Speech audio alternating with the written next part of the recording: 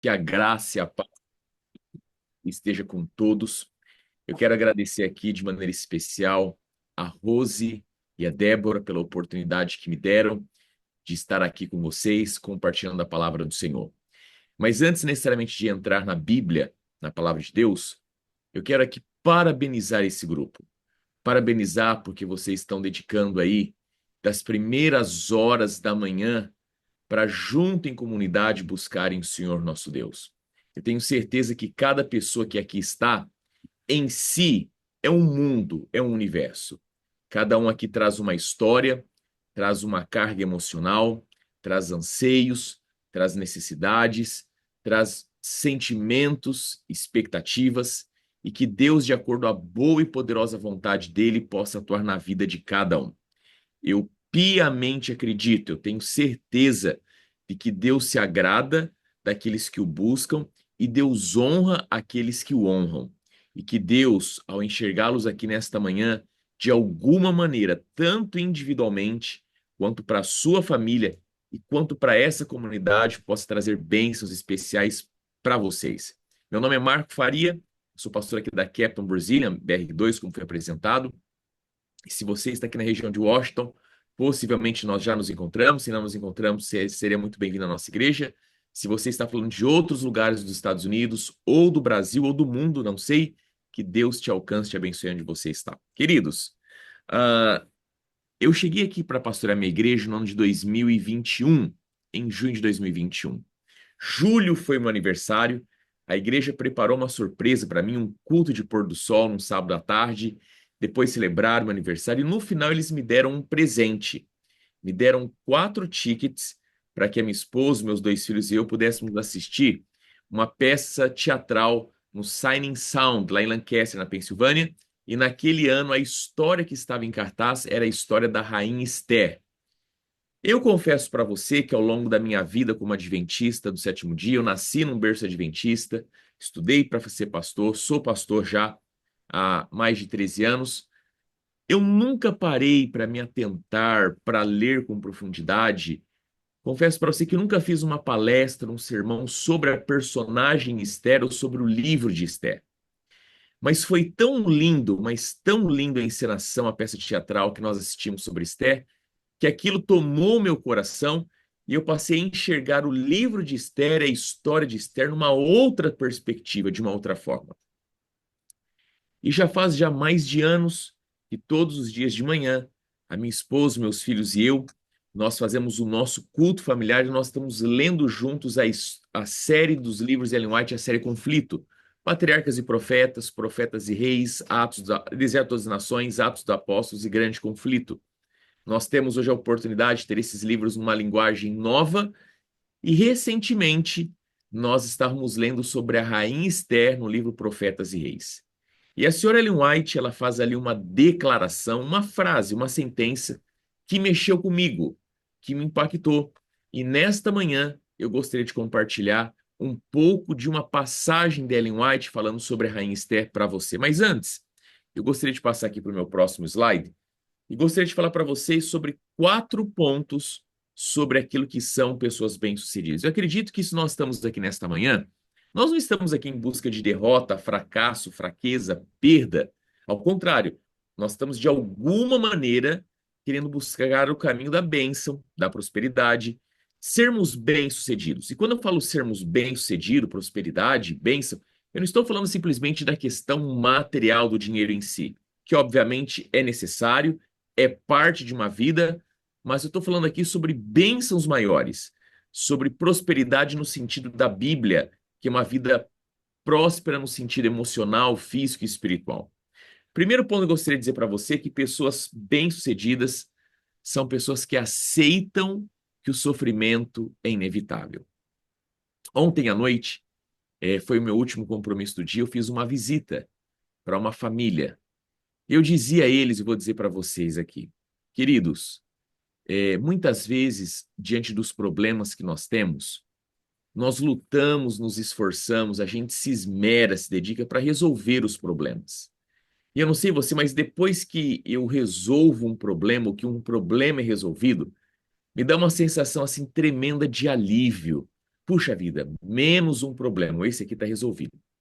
E de certa forma a gente talvez na nossa pureza e inocência acredita que daqui para frente agora, sem esse problema, a vida vai seguir o seu curso normal, tudo em paz e tranquilamente. Errado.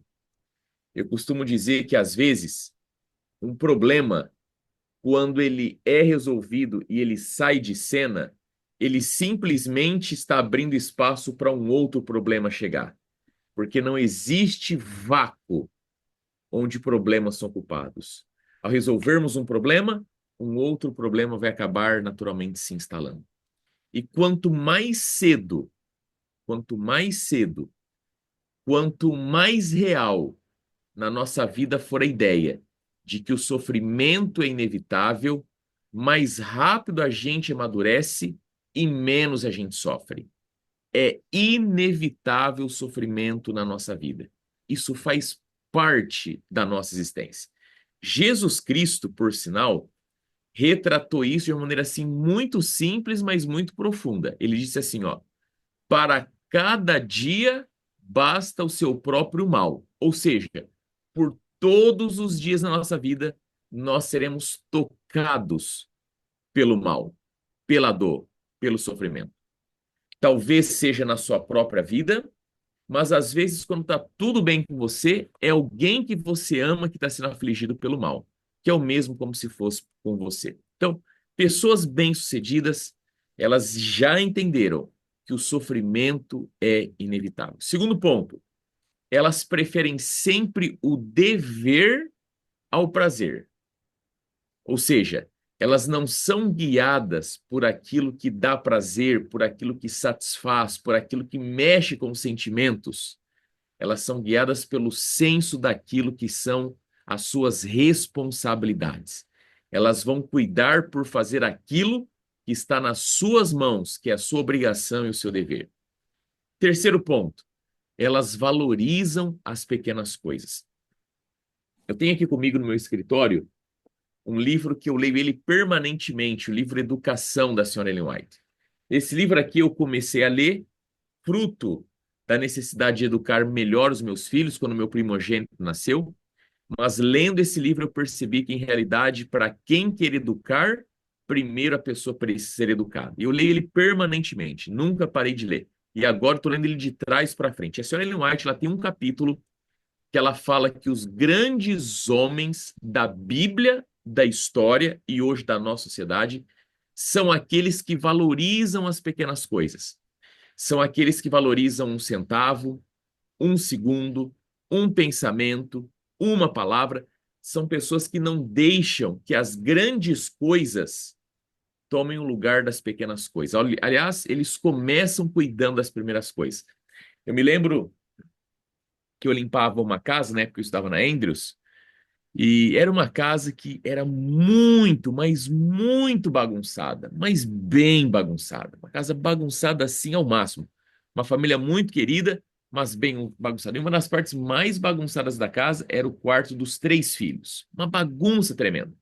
E numa segunda-feira de manhã, aquela era a primeira casa que eu limpava na semana, tinha lá um quadro onde diziam palavras bonitas e um compromisso da criança em transformar o mundo. Muito legal a ideia de transformar o mundo. Mas o primeiro mundo que eu percebi que tinha que ser transformado e arrumado era o mundo do próprio quarto. A gente só tem condições de mudar alguma coisa para fora do nosso mundo pessoal se o nosso mundo pessoal estiver em ordem. O primeiro lugar para a gente começar um bom dia é pelo nosso quarto. Eu cresci num lar onde meu pai sempre me dizia, e diz até hoje, um bom dia começa com Bíblia na mão, joelho no chão e um quarto arrumado. Pessoas bem-sucedidas valorizam as pequenas coisas. E quarto e último ponto, e elas se preparam para as oportunidades. Pergunto para você, o que é melhor? Estar preparado sem ter uma oportunidade ou ter uma oportunidade e não estar preparado? Pessoas bem-sucedidas, elas se ocupam em se preparar caso as oportunidades possam aparecer. E esses quatro pontos, de certa forma, eles retratam um pouco daquilo que foi a vida da rainha Esther. E, queridos, O texto que eu gostaria de meditar com vocês nesta manhã, ele está no livro Ungidos. Para quem não sabe, o livro Os Ungidos é o livro Profetas e Reis, numa versão, numa linguagem mais contemporânea. A senhora Ellen White diz assim, na página 258, a crise que Esther enfrentava exigia ação imediata, mas tanto ela como Mardoqueu sabiam que a menos que Deus operasse poderosamente para ajudá-los, seus esforços seriam em vão.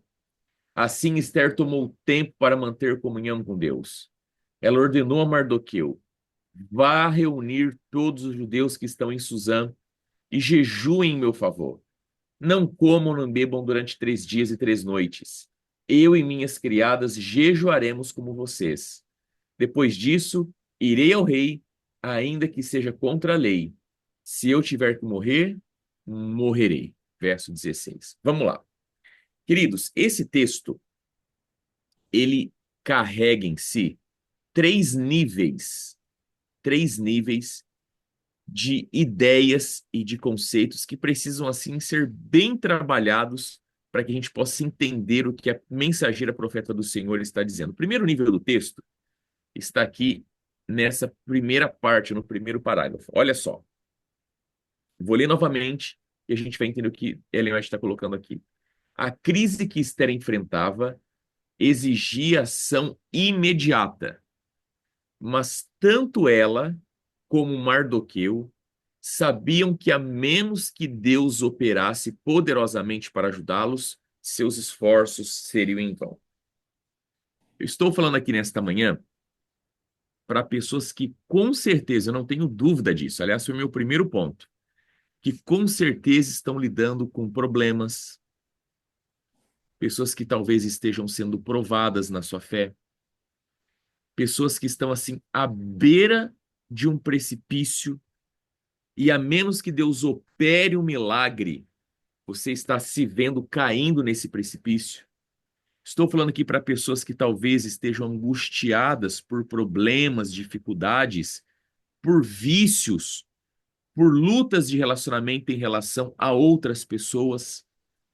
E eu não sei você, quando as crises, os problemas, as dificuldades batem à porta da minha vida, um dos principais pontos que eu lido e que geram em mim conflito é o saber o seguinte: aonde está exatamente o ponto pelo qual eu vou definir o que eu tenho que fazer, como eu tenho que fazer e onde eu tenho que apenas esperar em Deus e confiar no Senhor e aguardar em Deus. Resumindo, existem situações na nossa vida que a gente se pergunta ou se questiona: será que é tempo, é momento, é hora de eu fazer alguma coisa?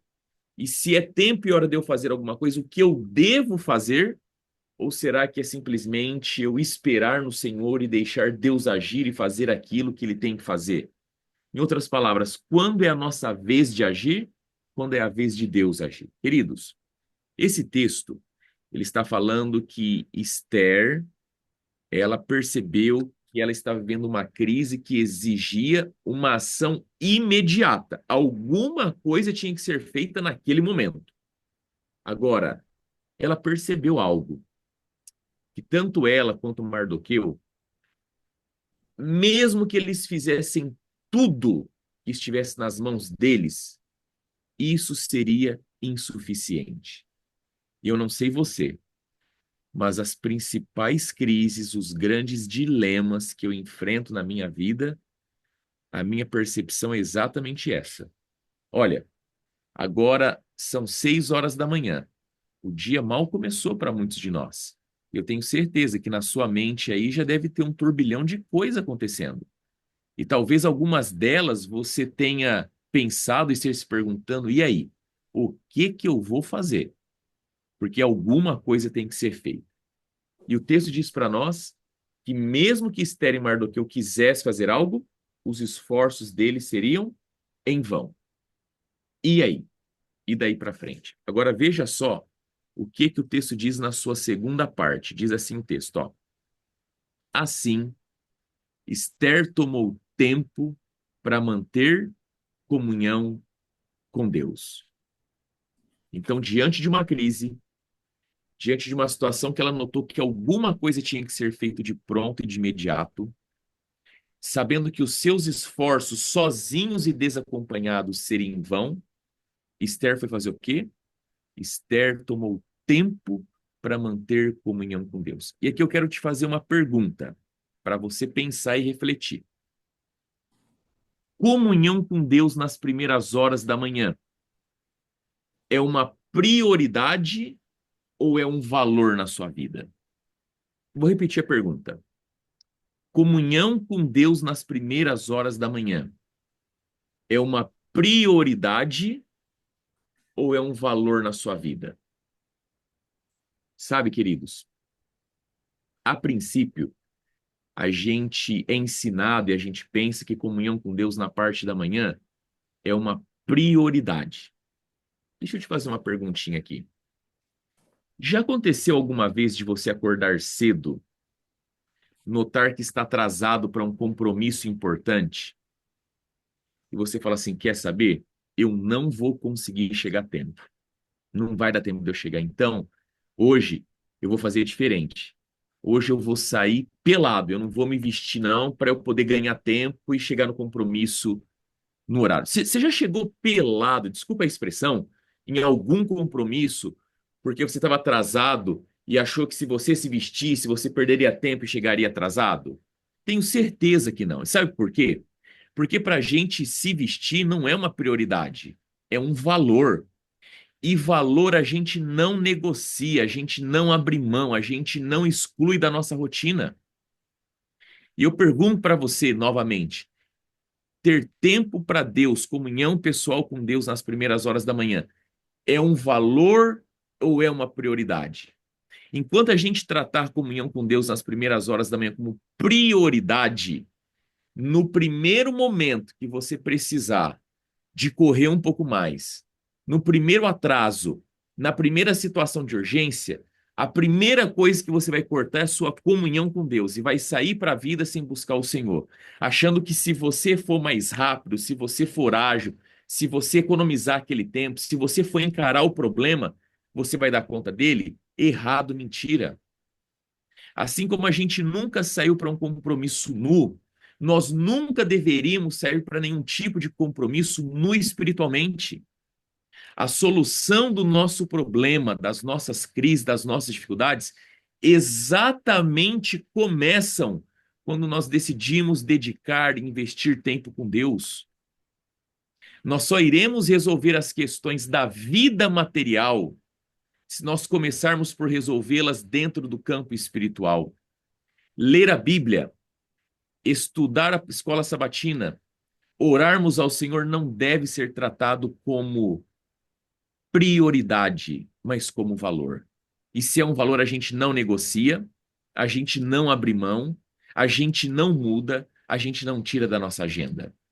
Esther entendeu que, havendo uma crise, que alguma coisa deveria ser feita, a primeira coisa a ser feita deveria ser o quê? Ter tempo para com o Senhor e buscar a Deus. Eu queria aqui, queridos, encorajar todos vocês fortemente a colocar em primeiro lugar, mas não apenas como prioridade, mas como um valor, buscar ao Senhor de todo o coração. E eu tenho pedido ao Senhor, sabe? Eu tenho pedido ao Senhor que Deus me ajude a não negligenciar a comunhão pessoal. Você está vendo aqui, eu estou sentado na minha cadeira, no meu escritório, e é nessa cadeira que eu me ajoelho, me reclino sobre ela, e o meu pedido todos os dias é: Senhor, me ajude para que ao longo desse dia e amanhã, quando eu acordar, que eu me ajoelhe, que eu busque ao Senhor. Eu tenho pedido para que Deus me dê fome da palavra, porque eu quero ser honesto aqui contigo. Eu não tenho vontade de ler a Bíblia. Se Deus não colocar isso no meu coração, eu, naturalmente, na minha carne, Marco Faria, eu passo longe da Bíblia. Eu dependo de Deus me dar fome da palavra para que eu possa estudá-la. Eu tenho pedido, Senhor, me dê sede da oração. Coloque em mim sede por querer falar com o Senhor. Assim como a corça procura água, me ajuda a ter sede, porque me conhecendo pelo meu perfil, personalidade, temperamento, eu sou do mundo prático. Eu sou da ordem que as coisas têm que ser resolvidas através da ação. E, naturalmente, eu não tenho vontade de orar. Eu tenho pedido ao Senhor, querido Deus, me dê coragem para eu alinhar a minha vida à sua vontade, porque tem vezes na vida que não basta apenas saber o que é certo. A gente precisa de coragem para fazer o que é certo. Tenho pedido, Senhor, me ajude a amar a casa do Senhor, a sua igreja, e me ajude a amar as pessoas, os filhos do Senhor, os meus irmãos, as minhas ovelhas. Porque de outra forma, a gente só quer correr atrás daquilo que é nosso, daquilo que toca a nossa vida, o nosso coração é egoísta. E eu asseguro e digo para você, queridos, que quando nós buscamos ao Senhor de todo o nosso coração, existe duas situações para a nossa vida. Ou os nossos problemas mudam, ou se eles não mudarem, Deus muda o nosso coração a fim de lidarmos e suportarmos os problemas, as crises, as dificuldades. Por isso eu quero encorajar você que está passando por uma crise, está tendo e vivendo um problema quase que sem solução, está passando pelo vale, sabe que tem que fazer alguma coisa de imediato. A primeira coisa a ser feita é buscar ao Senhor de todo o seu coração. Porque quando o homem trabalha. Mas quando o homem ora, Deus trabalha. E nada nem ninguém pode ser melhor que o trabalho de Deus. Mas esse texto traz uma outra camada. O texto diz assim, ó, na parte final: depois disso, irei ao rei, ainda que seja contra a lei. Se eu que tiver que morrer, morrerei. E existem dois pontos aqui, e com esses dois pontos eu quero encerrar. Diz o texto: depois disso, irei ao rei. Queridos, desde muito cedo na vida, dos 13 anos, eu colportei, fui colportor. Eu paguei toda a minha faculdade colportando. Eu colportei nesse país por 2 anos e a obra da colportagem foi uma escola na minha vida. Algo que eu agradeço a Deus por ter passado por ela. E é uma escola justamente porque não é algo fácil. A colportagem é uma escola que te desafia em todos os níveis.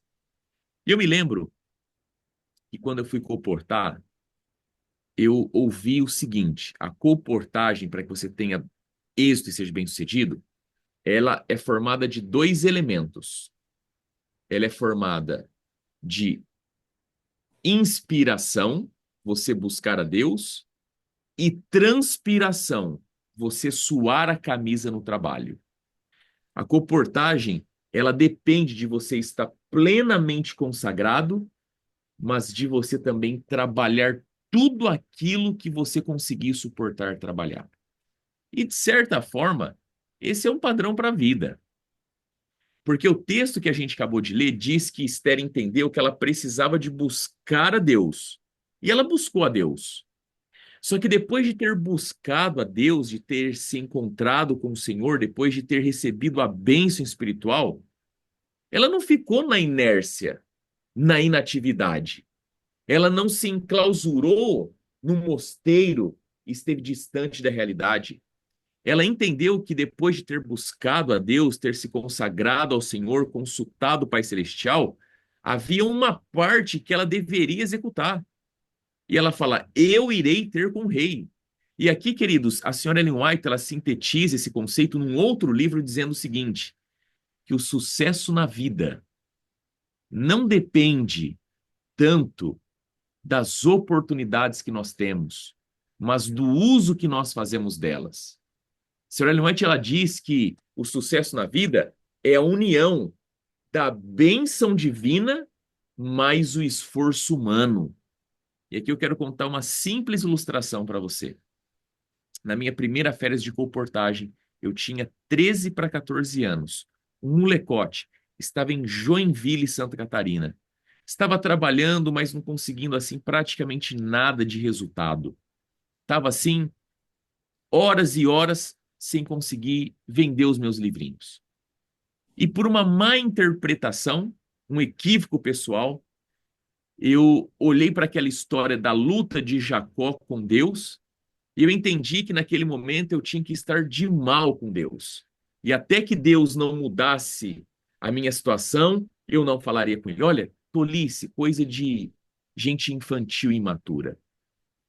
Mas era domingo à noite, todo mundo da campanha estava já pronto para dormir, um silêncio na casa, e eu encontrei um pequeno livrinho chamado Métodos de Campeões. Não tinha muito o que fazer naquele domingo à noite. Aquilo era no ano de 98, não tinha celular, não tinha iPad, computador, nada. E eu peguei, entrei no banheiro, que era o lugar mais tranquilo e reservado da casa, e comecei a ler aquele livro. E eu me lembro que eu passei a noite em claro lendo aquele livro. Eu vi o sol nascer terminando a leitura daquele livro, que falava sobre técnicas de como se dar bem na comportagem. Saí do banheiro, tomei café, me arrumei e fui trabalhar. E fui empregando as técnicas que eu tinha aprendido naquele livrinho. E, queridos, na primeira casa que eu abordei de uma oferta, eu vendi uma coleção. Na segunda casa que eu abordei de uma oferta, vendi uma segunda coleção. Na terceira casa que eu abordei, vendi uma terceira coleção. Tive que voltar para a campanha para buscar mais livros.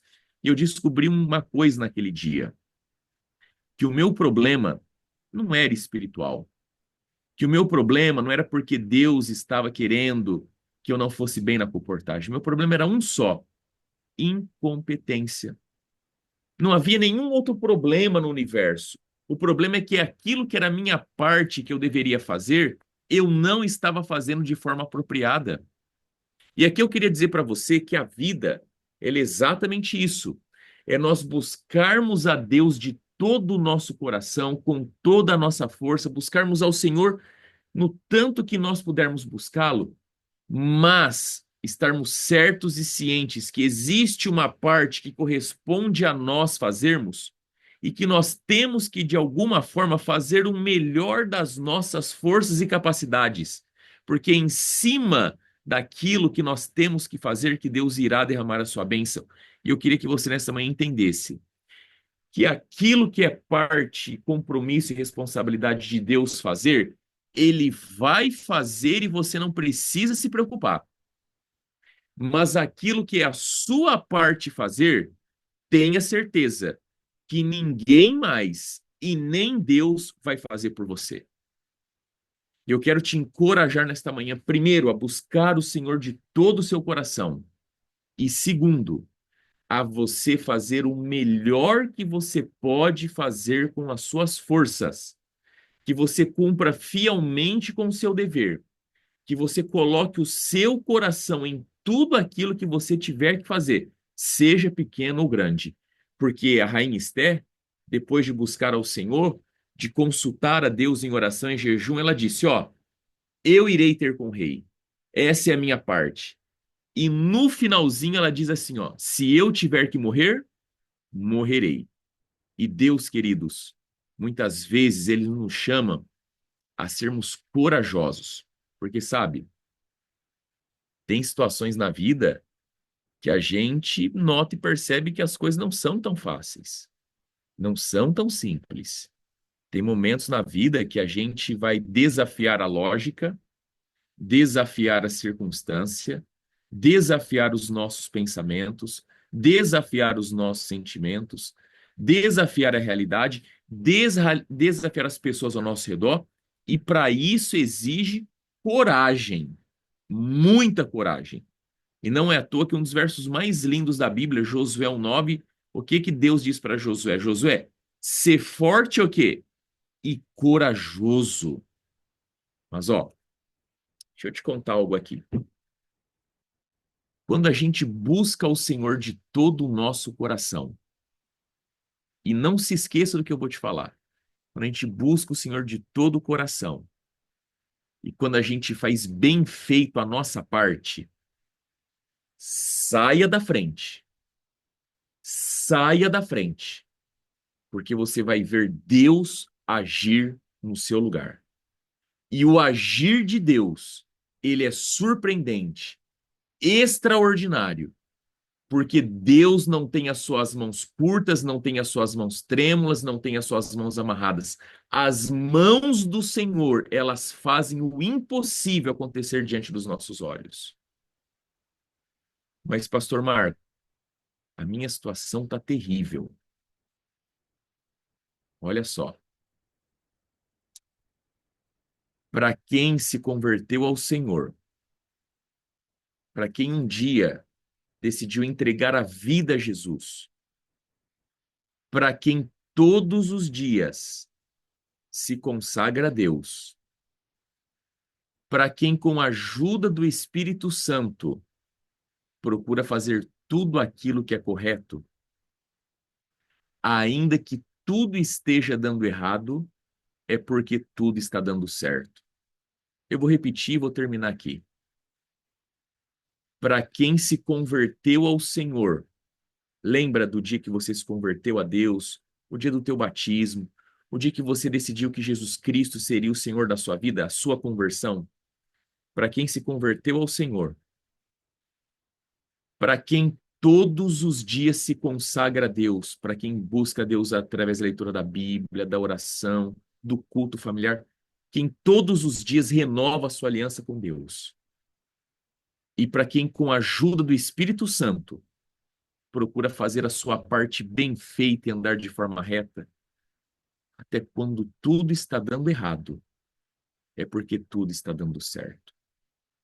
Que Deus te abençoe, para que você, através da ajuda do Espírito Santo, possa buscá-lo todos os dias de todo o seu coração.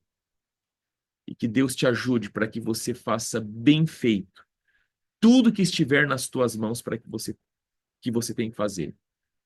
E saia da frente, porque Deus vai fazer maravilhas na sua vida. Que o Senhor te abençoe.